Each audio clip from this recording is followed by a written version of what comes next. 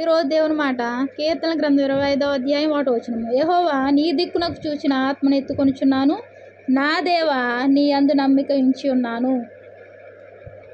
యెహోవా నీ దిక్కునకు, మనము ఏ దిక్కునకు చూసే వారంగా ఉండాలి? ఈ యొక్క విశ్వాస యాత్రలో దేవుని నమ్ముకున్నామని మనము ఎంతగానో అతిశయపడుతున్నాము. దేవునికి వందనాలు.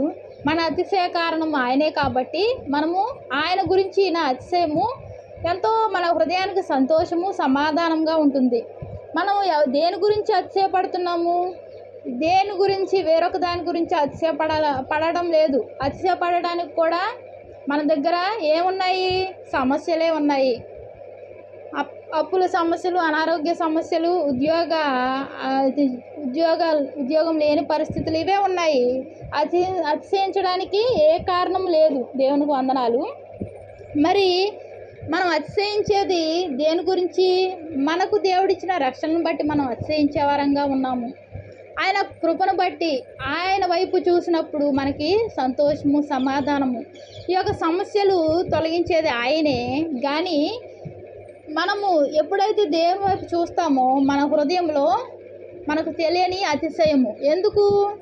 మనం సృష్టించిన సృష్టికర్త యొక్క కాపుదల్లో ఉన్నామనే ఆనందం, మనం సృష్టించిన సృష్టికర్త యొక్క హస్తాల క్రింద ఉన్నామనే ఆనందం మనల్ని ఎంతగానో సంతోషింపజేస్తుంది. మన హృదయము సంతోషించే కారణాన్ని బట్టి మనం కూడా ఆరోగ్యంగా ఎంతో ఉల్లాసంగా ఉంటాము. ప్రియమైన దేవుని మాట వింటున్న నా సహోదరి సహోదరులారా, యెహోవా నీ దిక్కునకు చూచి నా ఆత్మను ఎత్తుకొనుచున్నాను. మరి ఈ యొక్క ఆత్మీయ జీవితంలో దేవుడు మనపై ఉంచిన ఆత్మను, మన హృదయంలో ఆయన కొలువై ఉన్నాడు. మనం ఏం చేయాలి? ఆత్మను ఎత్తుపట్టుకోవాలి. ఎత్తిపట్టుకోవడం అంటే ఏంటి? ప్రార్థన అనే అనుభవాన్ని కలిగి ఉండాలి. దాన్ని ఆత్మను దూరంగా పంపివేసే వారంగా ఉండకూడదు. ఆత్మ దేవుడిని కలిగి ఉన్న కారణంగా మనం ఆయన్ను ఎత్తిపట్టుకోవాలి. ప్రతి విషయంలో మనము దేవునికి కృతజ్ఞతాస్తుతులు చెల్లించాలి. నా దేవా నీ యందు నమ్మిక ఉంచి ఉన్నాను, నన్ను సిగ్గుపడనీయకుము అని దావీదు భక్తుడు అంటున్నాడు. మరి మనము ఎవరి యందు నమ్మిక ఉంచుతున్నాము? ఏదైనా ఉద్యోగం దొరుకుతుంది అనుకుంటే మనము అధికారుల వైపు ఆశ పెట్టుకుంటాం.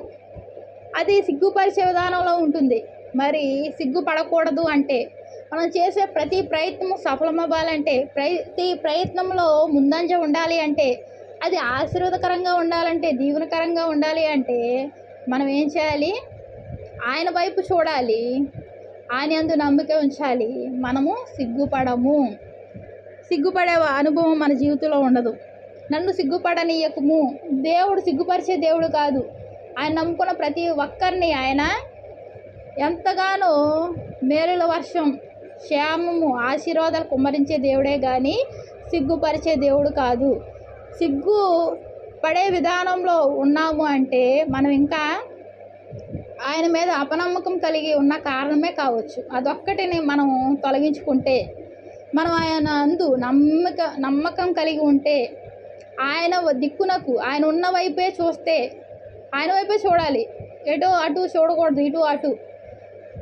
ఆ త్రోవ వైపే చూస్తే మన యొక్క జీవితాలు సిగ్గుపడే విధంగా కాకుండా తల ఎత్తుకునే పరిస్థితిలో మనం ఉంచుతాడు ఆ దేవాది దేవుడు. దేవునికి వందనాలు. ప్రార్థన చేసుకుందాం. మహాప్రేమ గల తండ్రి, కృపగలైనా దయమేడ నీకు వందనాలు, స్తోత్రాలయ్యా.